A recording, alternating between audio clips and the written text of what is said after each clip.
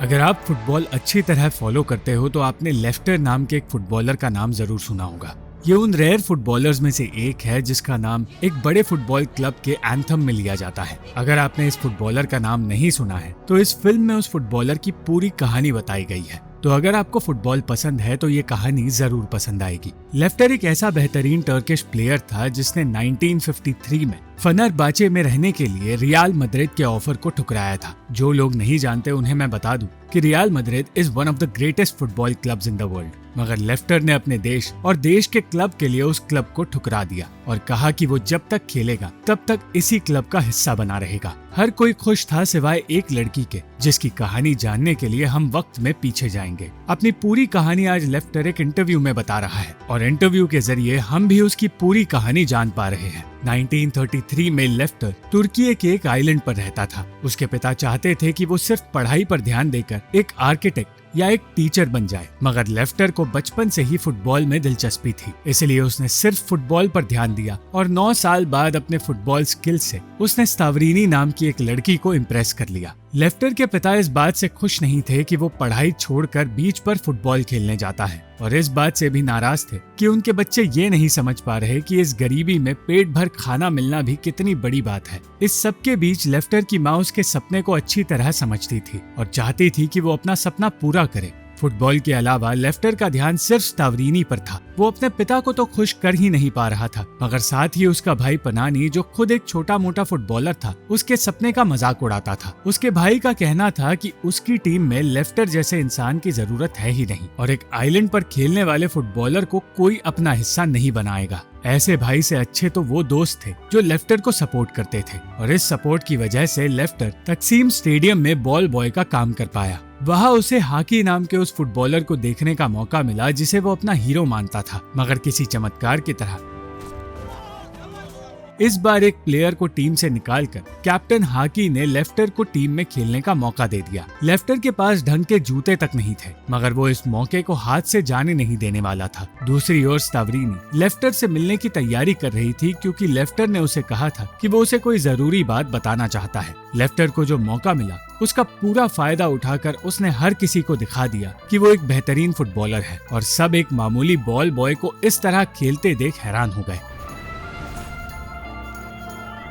ओनिक नाम का एक आदमी लेफ्टर को ढूंढने लगा और उसे पता चला कि वो इस बात से शर्मिंदा होकर भाग गया है कि उसने हाकी जैसे महान फुटबॉलर के सामने एक गोल मारा है। लेफ्टर अपने दोस्त की पार्टी में चला गया, मगर पनानी उसे देखकर नाराज हुआ क्योंकि लेफ्टर ने उसके कपड़े पहने थे। उस पार्टी में वो स्तावरीनी से मिला और उसके साथ वक्त बिताकर उसने कहा कि वो उससे शादी करना चाहता है। बिना कुछ कहे स्तावरीनी घबराकर वहाँ से भाग गई, मगर अगले दिन लेफ्टर से मिलकर उसने शादी के लिए हाँ कह दिया। लेफ्टर खुशी में ये भूल गया कि उसके कपड़ों में मछली की बू आ रही है और उसकी खुशी दुगनी हो गई जब उसे बताया गया कि कैप्टन हाकी लेफ्टर को ढूंढते हुए उसके घर पहुंच गया है। असल में हाकी के टीम ओनर ओनिक लेफ्टर को अपनी टीम का हिस्सा बनाना चाहते थे, मगर लेफ्टर अपने पिता की इजाजत के बगैर कोई फैसला नहीं ले सकता था। लेफ्टर को बताया गया कि इस टीम में आने के बाद उसे इस आइलैंड से कुछ वक्त के लिए दूर रहना होगा और इस्तांबुल जाना होगा और लेफ्टर ने तो तय कर लिया कि वो इस मौके को नहीं छोड़ने वाला। उसके इस फैसले में स्तावरीनी ने उसका साथ दिया,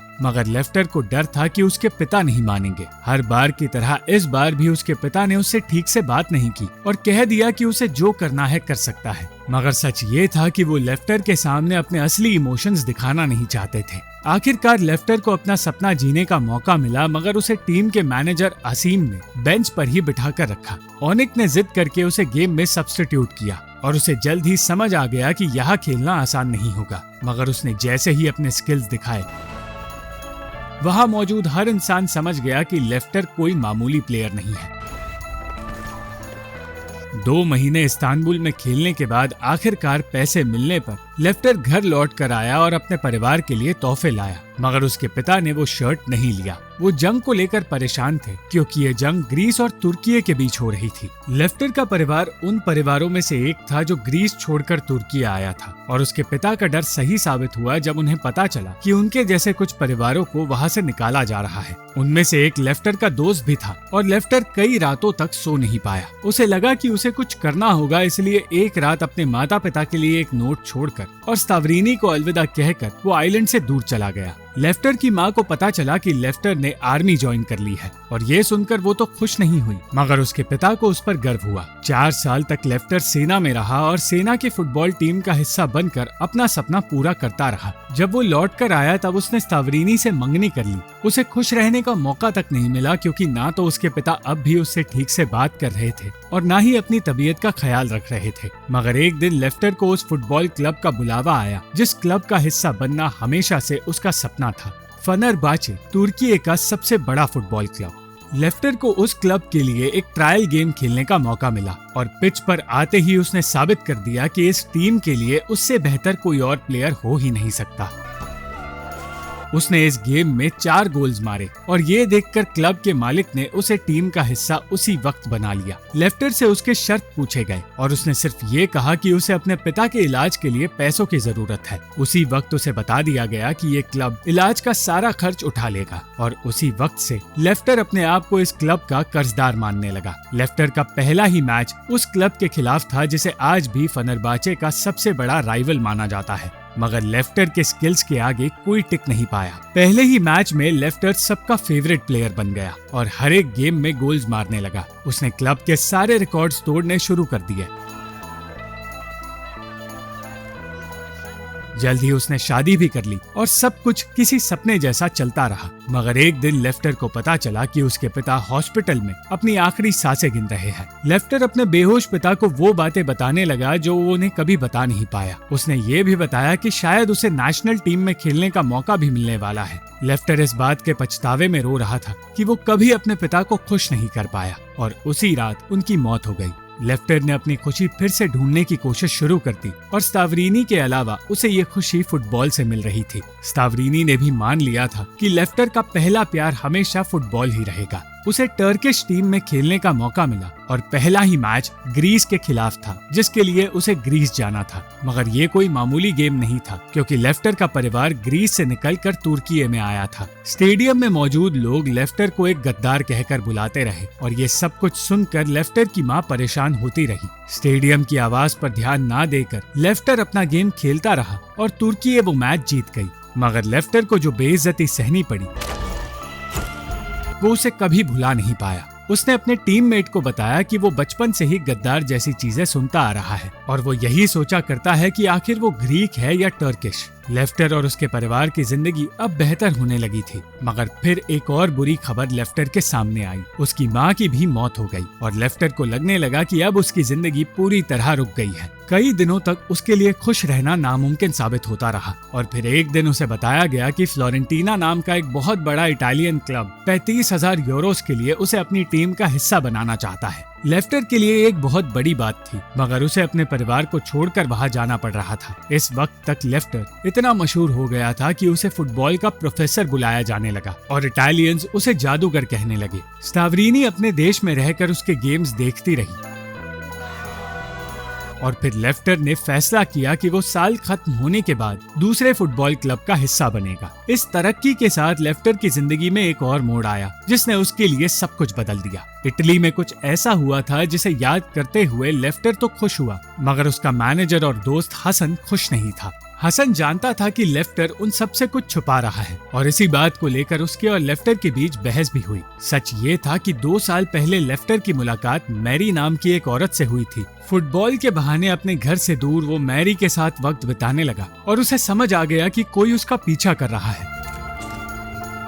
एक फोटोग्राफर उनकी तस्वीरें ले रहा था। उस फोटोग्राफर से पीछा छुड़ाकर और सारे फोटोज की फिल्म अपने पास रखकर लेफ्टर ने मैरी को करीब आने से रोका और बताया कि वो शादीशुदा है। ये सच सुनकर मैरी ने उसे अपने घर से निकाल दिया, मगर लेफ्टर मैरी से दूर नहीं रह पाया। मैरी अब भी उससे नाराज थी, मगर वो और लेफ्टर दोनों ही एक दूसरे से प्यार करने लगे थे। उन दोनों का अफेयर शुरू हो गया और लेफ्टर ने एक बार भी ये नहीं सोचा कि वो स्तावरीनी को धोखा दे रहा है। अपनी पत्नी को पीछे छोड़कर वो मैरी के साथ खुशी से जीता रहा। वो दूसरे क्लब से निकलकर तुर्की लौट आया और फेनेरबाचे क्लब में फिर से खेलने लगा। लेफ्टर के गेम पर कोई बुरा असर नहीं पड़ा और सब कुछ पहले जैसा हो गया, सिवाय उसकी निजी जिंदगी के। मैरी का दिल टूटता जा रहा था। वो एक ऐसे रिश्ते में थी जहाँ उसे छुप छुप कर जीना पड़ रहा था। वो ऐसी जिंदगी नहीं जीना चाहती थी और न ही अब स्टावरीनी की जिंदगी बर्बाद करने के पछतावे में रहना चाहती थी। इसलिए उसने ये रिश्ता तोड़ दिया। अचानक तुर्की में सिविल वॉर का माहौल बनने लगा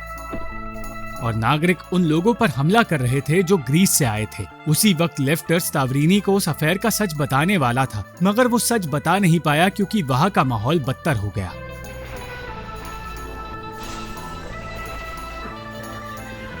लेफ्टर के घर पर भी हमला किया गया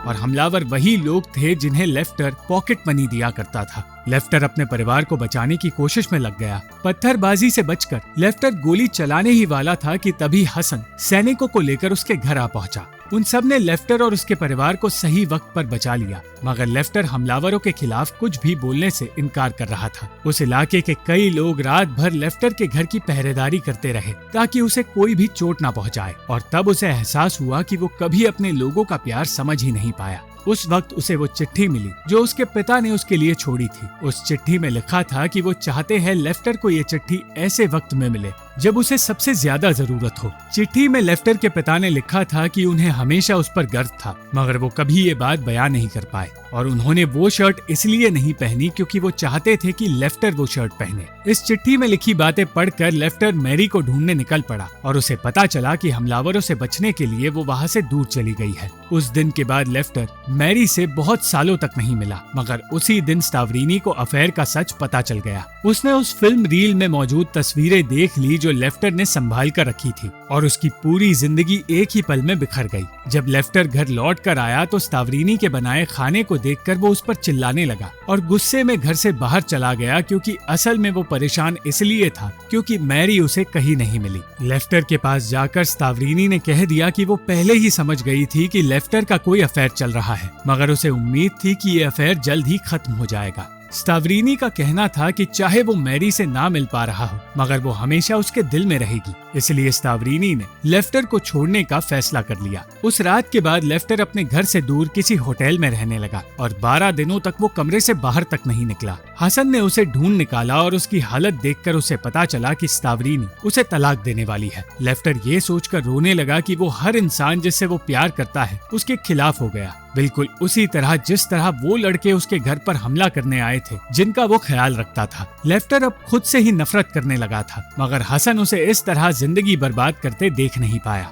उसने उसे वो प्यार याद दिलाया जो लेफ्टर फुटबॉल और अपने देश से करता है और उसे अगले मैच के लिए तैयार होने के लिए कहने लगा। मैच का दिन आ गया, मगर टीम को लग रहा था कि लेफ्टर मैच के लिए सही वक्त पर पहुंच नहीं पाएगा। मैच शुरू होने ही वाला था कि सही वक्त पर लेफ्टर आ पहुंचा और उनका ये मैच हंगरी के खिलाफ था, जिसका कैप्टन पुष्काश नाम का एक महान प्लेयर था। ऐसी टीम के खिलाफ लेफ्टर ने एक गोल स्कोर किया और स्टावरीनी भी ये सुनकर खुश हुई। अचानक गेम के बीच लेफ्टर को गहरी चोट भी लगी, मगर लेफ्टर खेलता रहा। पुष्काश ने भी उस गेम में एक गोल स्कोर किया, मगर लेफ्टर की वजह से तुर्की वो मैच जीत गई। मैच खत्म होते ही लेफ्टर बिना किसी से कुछ कहे वहाँ से निकल गया और सीधे इजमिर पहुँचा जहाँ मैरी रहती है। उसे पता चला कि मैरी और उसका एक बेटा है जिसके बारे में मैरी उसे कभी बता नहीं पाई। लेफ्टर ने मैरी और अपने बेटे को इस्तांबुल ले जाने का फैसला किया क्योंकि वो उन्हें अकेले नहीं छोड़ सकता था, मगर ये फैसला गलत साबित हुआ और इस बात को 5 साल गुजर गए। मैरी कभी खुश नहीं रह पाई